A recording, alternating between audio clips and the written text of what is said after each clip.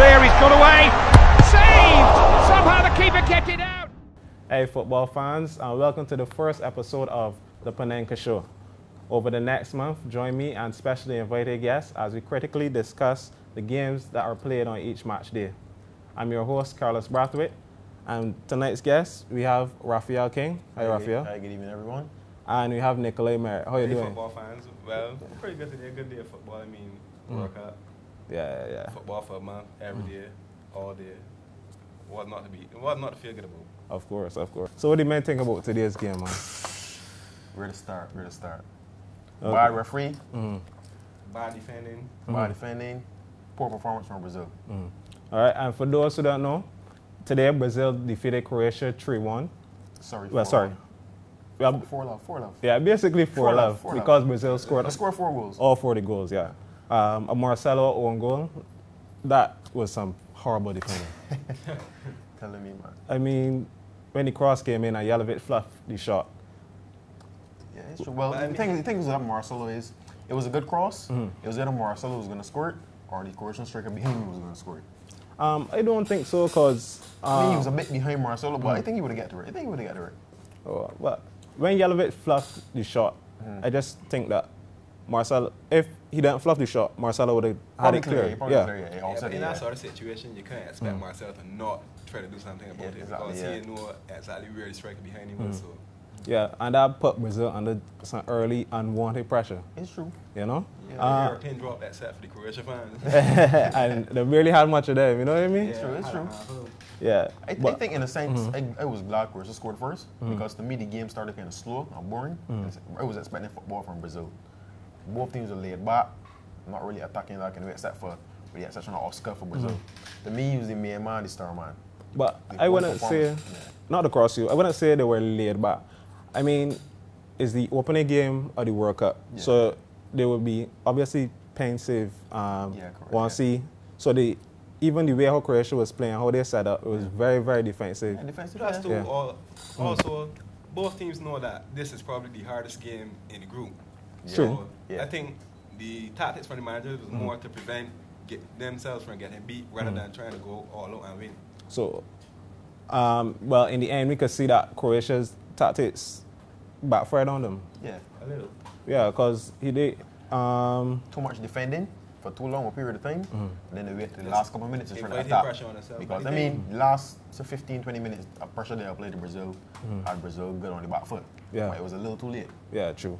But the problem with Croatia for me is that they started with defensive mentality, yet they had 2 creative midfielders expecting to do the roles that a defensive midfielder would do. You mean Modric and Rakitic? In a deeper, more held back role, having a tackle, and you could see for even the second goal that Brazil scored, they didn't want to tackle, they didn't want to play that role. Neymar, he got the equalizer, and you think he should have gotten a red card for the elbow on the foul? Not really a red card. It was a well-deserved yellow. Yeah, but not a red card. I saw people arguing, saying that he should have gotten a red for the elbow. I didn't think it was a red, but I've seen people said, and Brazil would have been down to 10. I wouldn't be surprised if the referee gave a red, because I mean, he might as well. He do foolishness throughout the whole match, so you got to give him a red. Yeah, true. Be neither here nor there. Yeah, but the Croatian keeper didn't cover himself in glory either. The Croatian keeper. I mean, the shot was. It was from distance. It was low. Well, I mean, to be fair, in his defense, it was a good shot. It was a good clinical shot. He placed it in a good area. And the post did take it in. It hit the post away in. Yeah. So he can't. But it had nothing behind it. No power. He had no power behind it. Yeah. No, I mean, everybody knew what Neymar was going to do. True. Everybody knew. There was no passes weren't on anything. So. Yeah. And you don't know Neymar done got that eye for goal. So again, come on to the controversial penalty. The ball played in, the Fried just threw himself to the ground. Fried felt soft call, right? Extremely soft call. Fried felt the hands of the defender on him, and decided to go down, simulate, and gamble for a penalty, which he got. I mean, but it was a soft penalty, very soft penalty. And then Neymar, again, took the penalty, not even a good penalty, because had the keeper fisted instead of palming, he probably would have saved it. But he gets the right position. Yeah, he did, but he ain't got as strong as a hand on it. Power take it in. But it wasn't a very well taken penalty. A soft penalty. Yeah, soft penalty, soft goal. Keeper ain't covering himself in glory again. Yeah. All I gotta say is, if that was a penalty, then I mean, watching football, we can't be cold. There would be a penalty every week. Yeah. I mean, there was hardly any contact. Furthermore, he stood up on the defender's foot before he went down also. Yeah. It was. Fred was non-existent throughout that whole match, except for that foolish penalty goal. Yeah. So then Croatia had a controversial. What should have been the equalizer? Yeah. Disallowed for a foul on Julius Caesar. Caesar ran up to catch the cross and Olic had it out. You think that was a foul? This is, I mean, in football, they always look to protect the keeper. So generally, calls like that, the referee can give. But the thing that had me about the call is that Olic stood his ground jumping for the ball, but Caesar actually backed into him trying to catch a ball that was slightly behind him. Yeah. So I don't understand how that could be a foul because it's not like Olic was even paying attention to Caesar. Caesar backed into Olic. That was just clumsiness in my opinion. So correct. The referee should have left it alone. Yeah. Speaking of Olic, Olic is a good player, but I see he tried some things in this match that I don't know where he was going with it. A bit too much creative freedom. Yeah. He was trying to be a superstar. I mean, he got the assist. I saw Olic do a 360 spin into the defender. That actually led to the first goal. It led to a shot. In his own half. In his own half. About 6 Brazil players when he's trying to 360 spin, the ball took away. He keep trying to dribble. He had a bad game. I mean, the enthusiasm was there, but he had a bad game. I think the coach needed to pull him up and tell him what he was allowed to do. Exactly. What he wasn't allowed to do. But Olic is a veteran, so you don't think he had the veteran mentality? Yeah, I could do what I want to do, you know? No, I could do what I I want to do. I mean, the veteran, you should got the leadership mentality. He's a World Cup before his game, the World Cup against Brazil. Don't try to do too much. Don't try to do too much. They have players like 20-year-old Kovacic in the team. When he see Olic trying all these things, Kovacic is going to think that it's okay to try these things too. Exactly. True. Speaking of Kovacic, he was another non-existent player. I mean, a good player, young player, 20 years old, but he was non-existent. I felt like Croatia needed to play a more defensive-minded midfielder and push up either Rakitic or Modric into that hole behind the striker. I think what Croatia was they missing. could have been more creative. Raphael. I think what Croatia was missing too, Mandzukic. That red card he got in the match, in the friendly, the qualifier. If Mandzukic was present, the game could have gone different. Because he's a more creative and dynamic player. Plus the strike partnership of Jelavic. Jelavic didn't really have the best season. Yeah, it's true. Playing for Hull City. Yeah. All right, and then playing for Hull City second half of the season. Everything obviously Lukaku alone saying took him out of the team. Yeah, right. That was a very interesting point. But we'll be back right after these messages.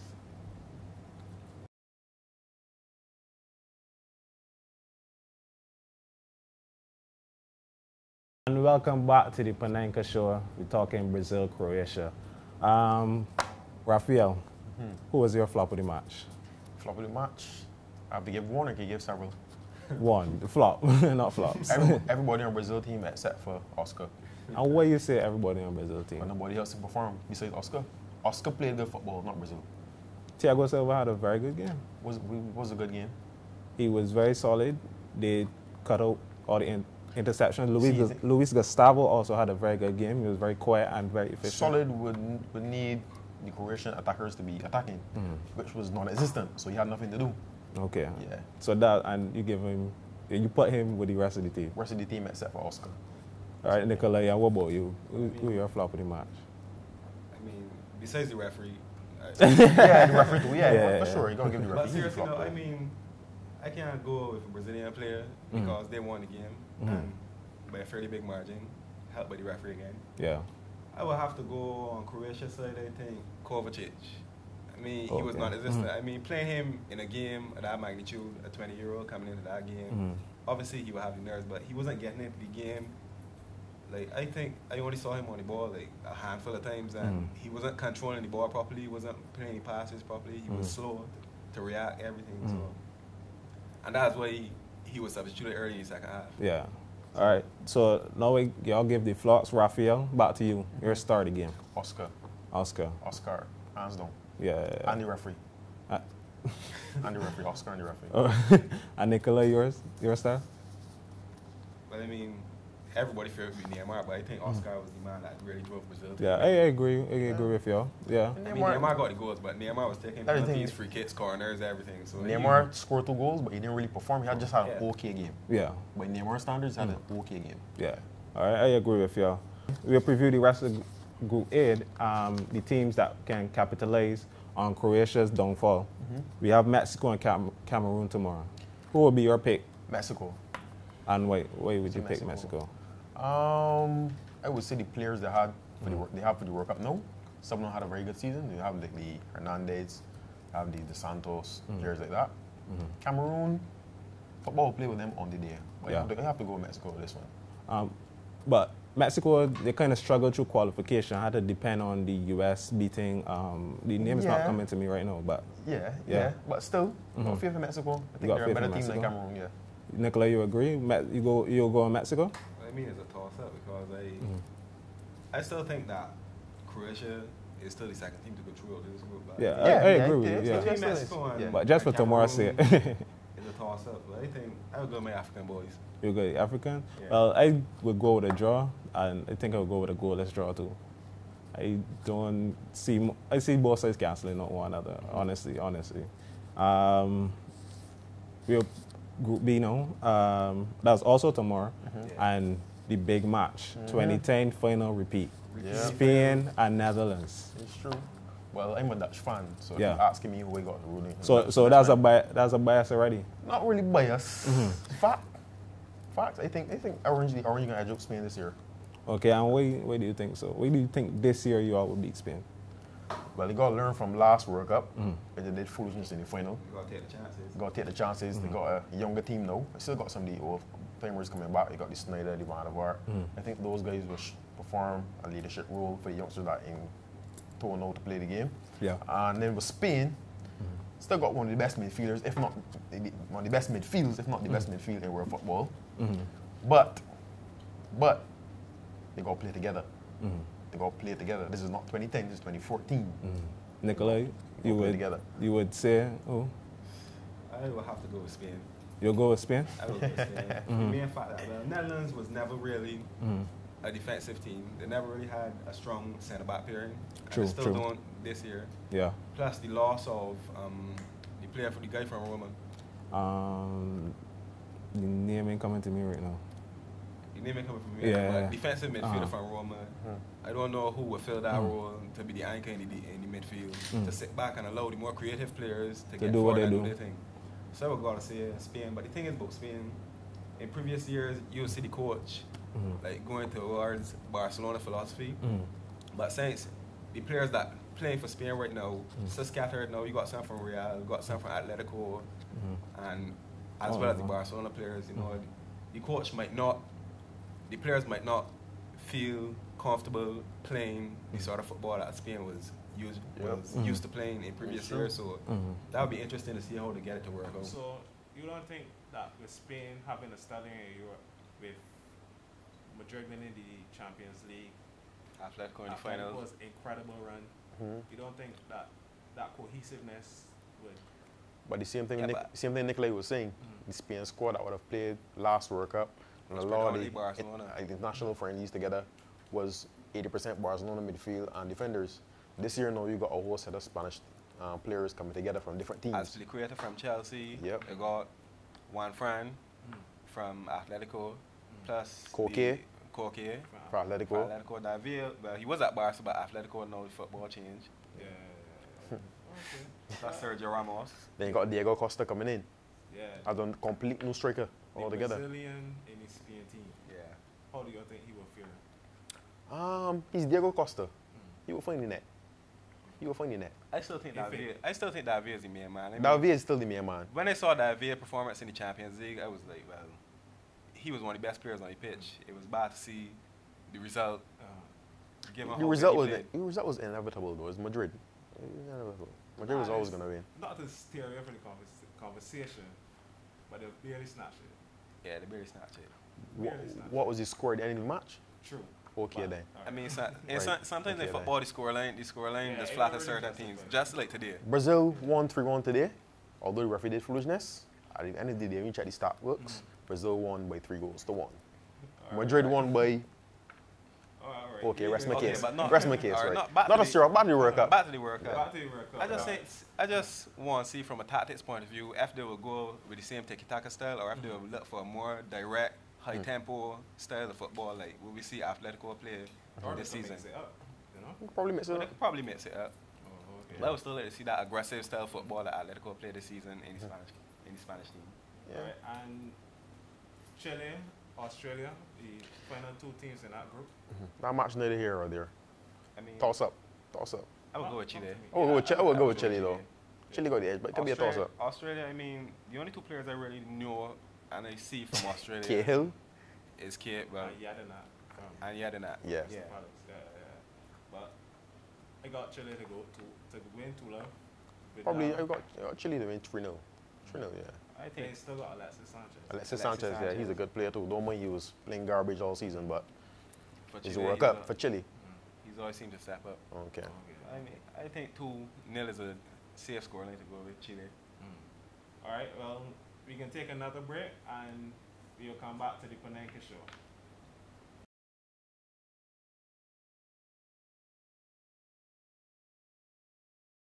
Welcome back to the Panenka Show. Tonight's talking point, who do you think will win the World Cup and why? Raphael.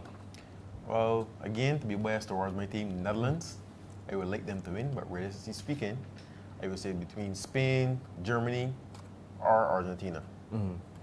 Fit to you, Nikolai? Well, I mean, as we referees keep performing like this, I mean, Brazil has known. Yeah. I can't go against my team, man. I'm a France fan, and I think France is up 1 year, down 1 year. So this is the up year for France. Hopefully, got a lot of young players coming in. France. Most of the senior players from the debacle of 2010. Yeah. Got some exciting young players: Pogba, Griezmann, Giroud looking really good and linking up with both Remy and Benzema. Yeah. So plus Giroud, an Arsenal striker. So I see him a lot. France was that a late blow the other day. You realize no Ribery.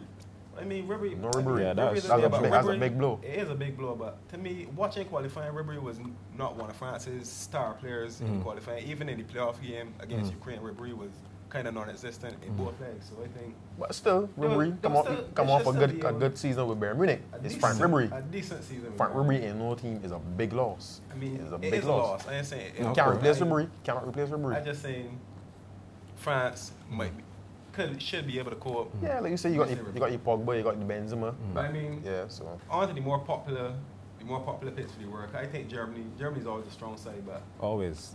Somehow the semifinals is always there. It's always their stumbling block. So true. It'll be interesting to see how they go. Argentina got a very good squad too. Yeah, no mind is 98% attackers. Argentina has a good squad until they face Germany. It's true. Until they face a more balanced squad. Yeah. I think a major error on their part is leaving Tevez over the World Cup squad. You should not leave Tevez over the World Cup squad. I mean, not really. I mean, when you look at the attacking power that they have Higuain coming off a really good season with Napoli. Yeah. Napoli. Aguero, as always. Then they have Lavezzi that always seems to perform for Argentina. Di Maria, the star of the Champions League final. Yeah. Yep. And of course, they ain't calling him. Yeah. I mean, that goes without saying. Yeah. But a weak point in Argentina, I don't know if he'll start, but Demichelis. Yeah. I mean, on his day he could be very composed and stuff, but then on his day he could be very erratic. His team needs to put him on their back and play. Because, I mean, one-on-one with Demichelis, if any player gets in isolated, they're trouble. All right, so let me pitch this team to y'all. What do y'all think about Belgium's chances? I think those are the dark horses. Belgium, okay. I mean, Belgium star-studded. Very. I mean, players that are performing in every league. Hazard, Lukaku led the Premier League this season. Yeah. Then they have Company, one of the most solid centre-backs in the world. True. If not the most solid. Vertonghen. Yeah. Other solid centre-backs. Right back is a problem because I think Alderweireld, he's a centre-back naturally, but they're sticking out there. But that's the same with Vermaelen. He's a centre-back naturally, but he plays wing back. Yeah. So they just, I think that team... But that'll make the team stronger defensively. Of course. And I don't think they will need to depend on fullbacks more because the white players they have, Morales, Hazard, a lot of tricky, creative white players that anytime they get one-on-one with the defender, you will have to favor them to beat the defender. Yeah, and plus, they're, not to cut you, sorry, their group is very easy, so you can see them in the round of 16. Yeah, you can see them in the round of 16. Very. But I think it would be how they cope with the pressure. Because a lot of players, this would be their first major international competition. And sometimes you got all the talent in the world, but if the mentality in there, you ain't going to perform at the level you should. Okay. So who do y'all think will be the young player of the tournament? Well, Oscar gave a good showing today. Right, only 22 years of age. A lot of people like to say Neymar. I mean, but Neymar, to his standards, in my opinion, poor game. But Oscar is a very good player to watch. Hazard is another good player to watch. 22 years of age as well. So there's some of these Spain youngsters. I think Lukaku might be a real dark horse for this World Cup. Like young player of the year, strong, quick, creative, tricky, technically gifted. Yeah, I think Lukaku might be a dark horse for this World Cup. So what do you think about like England's youngsters, or with like the Oxlade-Chamberlains, the Sturridge, you know? I don't know about Oxlade-Chamberlain because I don't know England only whole. The truth. Because Oxlade-Chamberlain was injured throughout almost the whole ending quarter of the season, and Roy Hodgson seemed to have rushed him back into football again. And I think because he's a very important player. Yeah, he is an important player for England, but I think he was rushed back, and I think the injury reoccurred or something. So I don't think he'll be at 100% playing. Well, I think Raheem Sterling is an exciting youngster. Yeah, Raheem Sterling play for Liverpool. Yeah, I like him. Yeah. This season, he was one of the stand-up performers in the Premier League in terms of young players. Like from where he's he only was, 18 years old. 18 now. Yeah, still very young. Recently turned 18. Yeah. Yeah, still very young. Really quick, tricky player. Can finish good. The sort of football that Liverpool got him to play this season was really good for a 17-year-old. So he'll be one to watch. I think too. Not really Lallana. I can't say Lallana is a. No, he wasn't a young player. Yeah, 24 years old. But in terms of his name in football, he young because he know gaining recognition. But I think Lallana might playing for a small side too. Yeah, well, quote unquote small side. You know what I mean? Yeah. And probably Ross Barkley, Jack Wilshere. Ross Barkley, I don't think that. I think he's a very good player, yes, but I think the height is too much. You know, a little too much. But couple performances in the league and went from this, you know. A team I ain't heard none of y'all call though. What y'all think of Italy chances? Italy. I have a friend that supports Italy, and we had this argument last night. So I would like to tell him that Italy, I don't even think Italy will make out the group. Possibly. Whoa, that was a bold statement. Possibly not. I honestly don't think Italy will make out of that group, and I'm saying this especially for that friend. But I mean, it's gonna be a tough group. I think all three teams have an equal chance of making out the group. It's just who perform on the day. Yeah, but that same group you say, well, if y'all check the blog, I put in my preview, I don't think England will make it. I think England would disappoint their fans, especially being Rooney. I mean, it's a regular occurrence in World Cups and any international competition. So I mean, but you don't expect the disappointment to come in group stages. I mean, it's normally round of 16 and then 3 wins. So. Okay. Well, guys, I really want to thank y'all for coming through to the first show. This history, the debut show, the Panenka Show. Yeah, and I hope to see y'all as we progress through the World Cup. Huh? Thanks, man. No problem. Okay, so catch us tomorrow on the Panenka Show where we will review tomorrow's match day. You could follow us on Twitter at the Panenka Show. I think they will put sign at the bottom. Facebook.com/the Panenka Show. Search on YouTube, the Panenka Show, and check the blog at thepanenkashow.blogspot.com. My name is Carlos Brathwaite, and thanks for watching.